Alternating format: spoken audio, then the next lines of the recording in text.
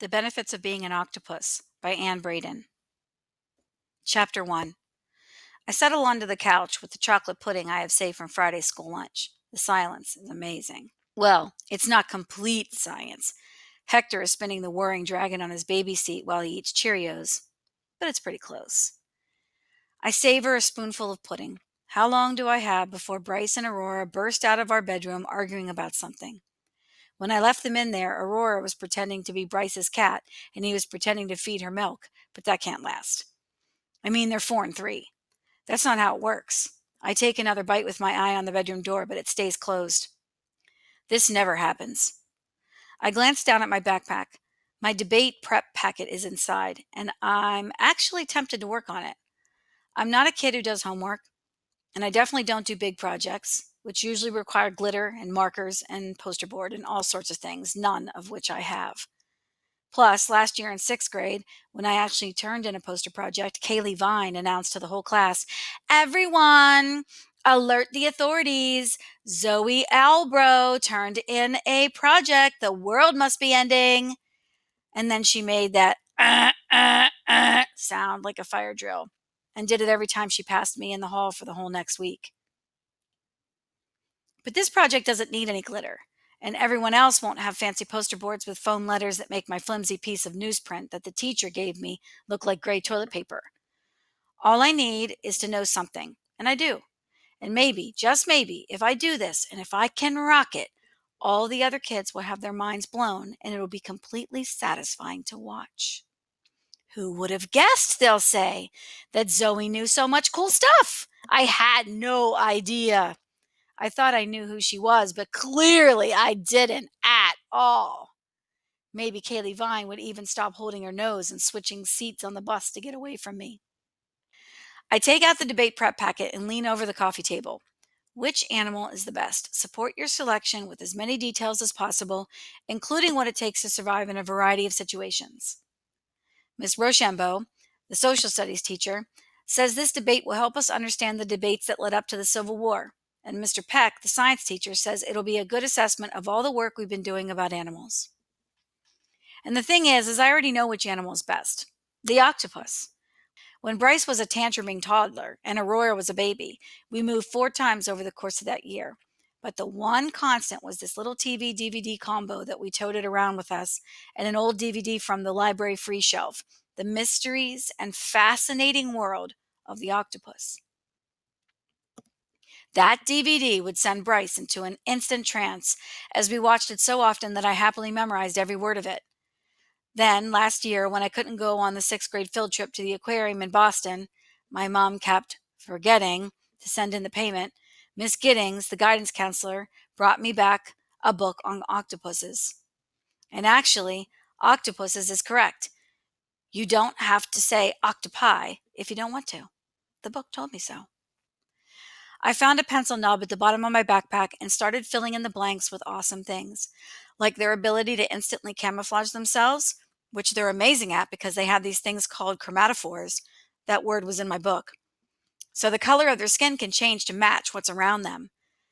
They even have muscles that change their skin's texture. Of course, it means that when they get mad or nervous, they turn red and pimply, but nothing's perfect, right? Miss Rochambeau will be as surprised as anyone else when I stand up for the debate and use a word like chromatophore. I settle deeper into the couch. If this were a regular Sunday, or really any day, Frank would be here watching TV, usually angry news guys. Frank is Lenny's dad, and Lenny is the owner of this trailer.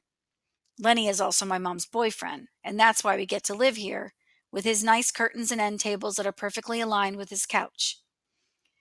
Lenny even has an alphabetized DVD collection. He also has a recliner that Frank sits in like he's glued to it. But today, Frank went out for a walk to check the tree damage from a recent ice storm, and since Lenny and my mom are both at work, Hector and I get the main room of the trailer to ourselves. So even though Miss Rochambeau announced that we needed our completed packet to be part of the debate, this time I can actually do it. This time I don't have to be counted out. I'm 3 pages into the 4-page packet when Hector starts throwing the Cheerios all over Lenny's nice carpet. I get down on the floor so I can pick them up. "Those are for eating, not for throwing," I tell him, but he keeps throwing them anyway. I remove his ammunition, so naturally he starts screaming, and then, since Hector's scream seems to work like the bat signal. Bryce and Aurora burst out of our bedroom door, trampling all the Cheerios in their path. Bryce is yelling about his imaginary bucket of doom. Aurora climbs into my lap and covers her ears. If I were an octopus, things would be so much easier.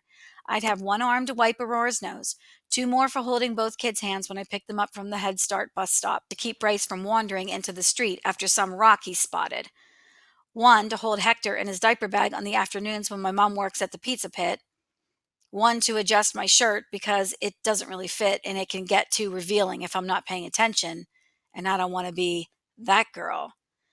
One so I could do my homework at least some of the time if I wanted, one to pick up the Cheerios that are always on the floor, and the last one to swipe a can of Easy Cheese from the Cumberland Farms convenience store because little snowmen out of Easy Cheese are the most magical thing little kids have ever seen.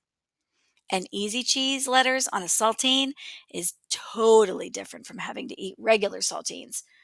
Aurora knew the letter A before she even turned 2, thanks to Easy Cheese letters. The main door opens and I hear Lenny stamping the snow off his boots in the hallway. I drop my debate packet into my backpack and get the rest of the Cheerio dust scraped into my hand as fast as I can. "How's my baby?" Lenny booms as he comes around the corner into the main room. He pats Hector on the head and then heads to the fridge to get a soda. Lenny is Hector's dad. He's not Bryce and Aurora's dad. That was Nate. Nate used to take me hunting, which was cool. No meat tastes as good as the stuff you've caught yourself. But Nate's not around anymore, and my own dad was gone long before I could throw Cheerios. My mom doesn't seem to think he's worth talking about too much, but you never know. Maybe he secretly liked documentaries as much as I do.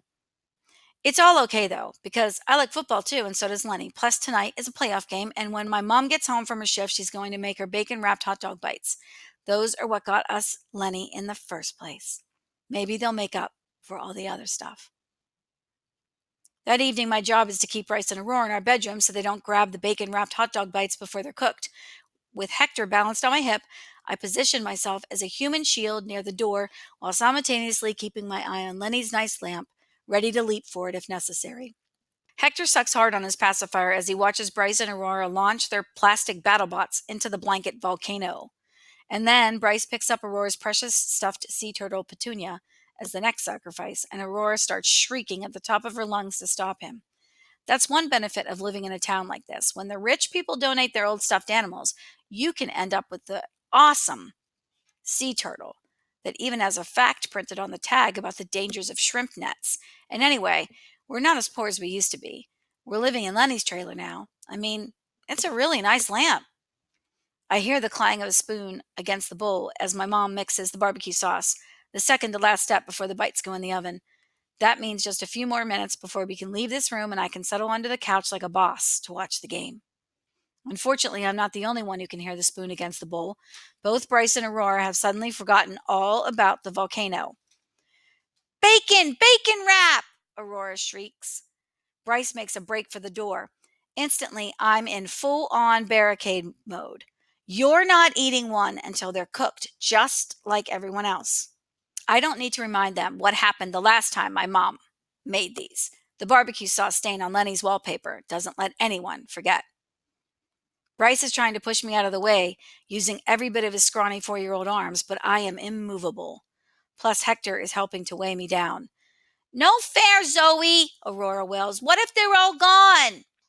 "There'll be one for each of you when they're ready." Aurora puts on her sour eyes face. "I don't believe you." "Trust me, both of you will get a bacon-wrapped hot dog bite." I pry Bryce's hands off my sweatshirt, but he keeps pushing on me with his head like a silent slow-motion ram. "I promise." Bryce stops his ramming and looks up. "Pinky promise?" I nod and hook my pinky around his. Pinky promise. It's only when I hear the oven door closing shut and the beeps of my mom setting the timer on the stove that I release them. "Remember," I whisper, pulling them close before they can zoom by me. "No yelling, no running, no messes." Magically, they settle right down on the far side of the living room area and start playing quietly with their toy cars. The promise of a bacon-wrapped hot dog bite is a powerful thing. Frank is back in his recliner. The pregame show is on, but even though we've lived with him and Lenny for a whole year and a half, I don't know if he even likes football. I don't know if he actually likes anything. He's like a beetle propped belly up, especially if that beetle is the kind that spends most of the time with either a cigarette stuck in his mouth or a strand of cinnamon flavored floss hanging from his teeth. One's healthier than the other, but both are gross. I sidle up to my mom in the kitchen area, but she doesn't thank me for my heroic feat of keeping the kids out from underfoot. She just takes Hector from me. He needs a bath, she says. I hear Lenny in the entryway coming in from outside. He went out to check on his car an hour ago, and I bet he ended up talking to everyone in the trailer park. Everyone knows Lenny, and everyone loves Lenny. He strides across the living area into the kitchen, the frigid January air still clinging to him. How's my pair of cuties? He says to my mom and Hector. His voice is loud enough for him to still be talking to the neighbors. He takes Hector from her and bends down with him so they can peer into the oven window. And look what's in there. You see how she wrapped up each hot dog bite real tight, Hector? That'll make sure each bite begins and ends with bacon. And they're going to come out nice and crispy because your mommy knows how to take them out at the exact right time to add the extra barbecue sauce. My mom stops drying her hands to give a little laugh and a curtsy. Maybe making these will remind Lenny why he got together with her in the first place. She used to tell great jokes too, ones that would have Lenny doubled over laughing at her impressions, but it's been a long time since she told one. Once the coin toss starts the game, Lenny gives Hector back to my mom and settles onto the couch with his soda. He never drinks beer. And the giant tub of cheese puffs he gets from Walmart just for football games. I sit down next to him and he hands me the cheese puffs without a word. I like that, how it's just understood that I get to hold them. My mom disappears with Hector into the bathroom for his bath, but that's okay. Patriots games are my time with Lenny anyway. Not only do I get to hold the cheese puffs, but if there's some football rule I don't get, like knowing where the defender's hands can't be when a receiver's trying to catch the ball, then Lenny explains it. Both of us are always on the edge of the couch for every third down, me eating those cheese puffs and him drinking a soda. Basically, it's the best time ever. By the time the gate gets underway, Bryce and Aurora have shifted to right in front of the TV, but they still only pay attention for commercials when it's more fun. Mostly they're zooming the toy cars around, pretending they're trying to outrace the Death Star. They haven't seen the movie yet, so they don't exactly get it. Come on, defense, Lenny mutters. You got this. Let's get a sack right there, I say, leaning forward. Lenny nods and takes a swig of soda without taking his eyes off the screen. That's right. Push him out of field goal range. Listen to Zoe. We watch as the Colts hike the ball and our defensive linemen close in on the quarterback. The pocket's closing around him, and then, ooh, even better. It's a fumble. Yes! Lenny yells, pumping his fist into the air as the refs unpack the pile of players and signal the Patriots now have possession. Lenny and I high five, and then I lick the orange cheese dust off my fingers in celebration. This is how things are supposed to be. I've got a nice couch to sit on, which, thanks to Lenny, is perfectly centered in the room, cheese puffs to eat, and a great game to watch. At halftime, when no one's looking, I reach into my backpack for my debate packet and slip it into my front hoodie pocket. I'll finish it after the game. But when I look up, I realize that when I wasn't paying attention, Bryce and Aurora got so excited about a commercial that they started hurling toy cars at the TV. Before I can stop them, Frankie erupts from the depths of his recliner. Throw one more stupid car at my TV and I'll pound you into the ground. He keeps shouting, and it's like watching an ancient wrinkled mountain explode, revealing an interior that's straight up burning, swear filled lava. Bryce and Aurora scream and run into our bedroom, tripping over each other as they go. They slam the door shut, and I hate myself. Because in the far back corner of my mind, a horrible part of me is glad that I can watch the rest of the game in peace. And that's when the power goes out. Of course it does. Next to me, Lenny stands up and immediately trips over the coffee table. My mom bursts in from the bathroom, using her phone as a flashlight and carrying a soaking wet Hector on her hip. Lenny calls over to her. You got any guesses why we're in the dark? But she doesn't say anything. She just heads for the oven and takes out the bacon-wrapped hot dog bites. I'm sorry. Hopefully they'll still be crispy.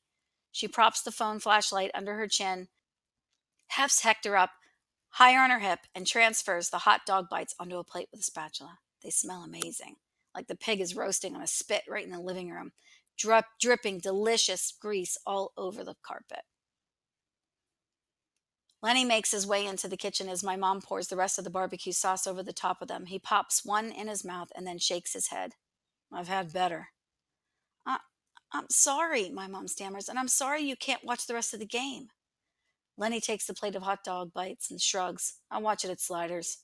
And with that, Lenny and the plate are out the door, and I'm left sitting on the couch. No Lenny, no game, no bacon wrapped hot dog bites. And I'd promised.